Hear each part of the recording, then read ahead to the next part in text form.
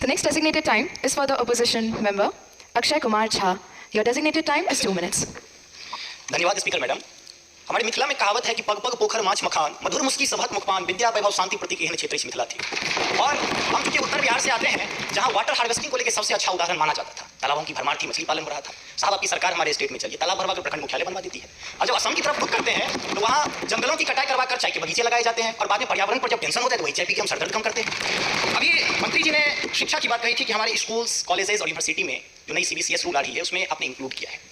मैं भी एक समय में राष्ट्रीय NSS के तहत स्वयंसेवक रहा था और उसमें हमने कई वृक्षारोपण किए, क्लीननेस ड्राइव चलाएं।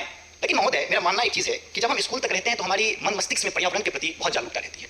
लेकिन जब अपने स्नातक हम कंप्लीट करते हैं और मुखर्जी नगर में तैयारी करने आते हैं, UPSC का मेंस लिखते हैं, GS पेपर 4 और सत्यनिष्ठा अभिरुचि की जब हमारी क्लास लगती है तो हम ये नहीं समझ पाते हैं कि ब्यूरोक्रेसी में आने के बाद फिर हम भ्रष्टाचार में संलिप्त क्यों हो जाते हैं। जब हम वहीं से आगे चलकर इसी सदन में चुन के आते हैं, जब हम और आप साथ पढ़ रहे होते हैं, एक ब्यूरोक्रेसी में जाते हैं, चुन के सदन में आते हैं, तो सिर्फ हमारी टेंडेंसी रोड बनाने तक क्यों सीमित हो जाती है? कहाँ मर जाती है वो नैतिकता? इसका मतलब है कि हमें जो शिक्षा दी जा रही है उसमें कहीं ना कहीं नैतिकता की कमी है। महोदय, हम आपका ध्यान इस तरफ, सदन का ध्यान आकृष्ट करना चाहेंगे कि साइंस एंड टेक्नोलॉजी मिनिस्ट्री से अभी सौर ऊर्जा पे बात हो रही थी। लेकिन सौर ऊर्जा बनाने में जो सिलिकॉन का प्रयोग होता है वो कहीं ना कहीं क्या पर्यावरण रूप से अनुकूल है? जी नहीं। 1800 डिग्री सेंटीग्रेड पर आप उसको उबालते हैं तब कहीं ना कहीं हमें मिलता है। और वो एनर्जी कहां से आ रही है? आपके पास यूरेनियम नहीं आ रहा है कि आप यूरेनियम के बदले तो ऊर्जा पा सके। मैं सदन का ध्यान एक विशेष बात की तरफ आकृष्ट करना चाहूंगा कि विश्व के कई ऐसे देश थे 1975 के आसपास जो परमाणु निशस्त्रीकरण में अपने आप को परमाणु संपन्न कर लिए थे और एक डेडलाइन फिक्स कर दी गई थी कुछ विकसित राष्ट्र के द्वारा कि इस डेडलाइन के बाद जो परमाणु संपन्न देश कोई भी नहीं बन रहेगा, कोई भी परमाणु पर अपने विचार नहीं करेंगे, कोई इस पर प्रयोग नहीं करेंगे। मैं ध्यान आकृष्ट करवाना चाहूंगा सदन का कि पुनः विकसित राष्ट्र सिलिकॉन जैसे चीजों का उपयोग करके सोलर पैनल के मामले में आगे तो चले जाएंगे, लेकिन आप पर पुनः बैन लगाएंगे जब सिलिकॉन का अल्टरनेटिव मेथड नहीं खोज लेते हैं, आप सौर ऊर्जा को नहीं आगे बढ़ा सकते हैं। इसलिए अभी से विकासशील राष्ट्र होने के नाते हमारा यह दायित्व बनता है कि हम उसको रोके, उसको समझे। महोदय, मैं अपना व्याख्यान खत्म करना चाहूंगा हरिवंश राय बच्चन की कविता से कि रब ने नवाजा हमें जिंदगी देकर और हम शोहरत मांगते रह गए, जिंदगी गुजार दी शोहरत के पीछे फिर जीने की मोहलत मांगते रह गए। ये कब्र ये जनाजे सिर्फ बातें हैं मेरे दोस्तों, वरना इंसान मर तो तभी जाता है जब याद करने वाला कोई ना हो। ये समंदर भी तेरी तरफ उतकर निकला। Mr. Akshay Kumar Jha to brief in 2 minutes. Thank you speaker ma'am.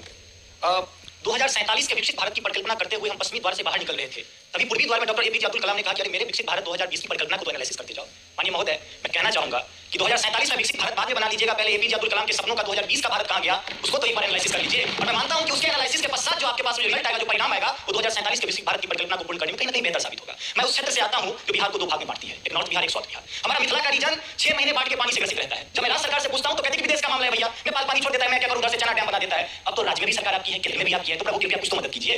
दूसरी बात, कोसी का संसद में कहा दिया गया कि ड्रेस कोड ये होना चाहिए। अरे मैं बाढ़ के उस इलाके से आता हूं जहां आधा धोती पहन के संसद तक आना पड़ता है, न सड़क है न कुछ है, तो कैसे आऊंगा? उसी क्षेत्र का एक नंगा बच्चा हमसे कहता है कि साहब मैं बाढ़ से ग्रसित हूं। दक्षिण बिहार का एक बच्चा कहता है कि मैं सुखाड़ से ग्रसित हूं, मेरे पास पीने के लिए पानी नहीं है। बीच वाला एरिया कहता है मैं नरसंहार से परेशान हूं। तो बिहार की परिभाषा बनती है कि उत्तर में बाढ़ है, दक्षिण में सुखाड़ है, बाकी जो बचा नरसंहार है, यही बिहार है। अब मैं कहां जाऊं? तीसरी बात मैं आता हूं कि आपने तो राम जी को अयोध्या में लाकर स्थापित कर दिया, जरा उनके ससुराल मिथिला पर भी ध्यान दीजिए। मां सीता कब अपनी परीक्षा देंगे, उनके पुत्र हम कब अपनी परीक्षा देते रहेंगे, हम पर भी तो थोड़ा ध्यान दीजिए प्रभु। बाढ़ का पानी जब हमारे बिहार से निकलता है तो लगे लगे बंगाल चला जाता है और जो भी हमारे पास रोटी रोटी खत्म हो जाती है। तो मेरी पत्नी भी कहती है कि लागल लागल सजन धक्का श्रम कलकत्ता चल। आगे आते हैं और पर्यटन की पर्याप्त संभावना है। एक बार आप कृपा करके देखिए, पर्यटन मंत्री बैठे हुए हैं। अब ताजमहल मुमताज महल किया बना, आपने उसको 7वां जुबा में शामिल कर दिया। अरे हमारे यहाँ गया में 10 छेनी लेके पूरा पहाड़ तोड़ दिए। इससे बड़ी क्या बात हो सकती है? उसको पर्यटन के लिए रखिए। और ये जो भुखमरी, बेरोजगारी और अशिक्षित राज्य की जो हम पर जो पीठ पर धो रहे हैं, उनको इसी तरह की कविता याद दिलाती है कि तू सिंह मारती गैसी, मैं कोने में दुख का बैल प्रिय, मैं पीपल सा सीधा साधा, तुम उस पे लटकी चुड़ैल प्रिय। तो ये अशिक्षा बेरोजगारी हम पर चुड़ैल की तरह लगती है। तो there is politics behind every politics. स्नातकोत्तर राजनीति विज्ञान में पढ़ाई होती है, उसको छोड़ के जरा राज्य और केंद्र में सामंजस्य स्थापित करके बात कीजिएगा प्रभु। बहुत बहुत धन्यवाद।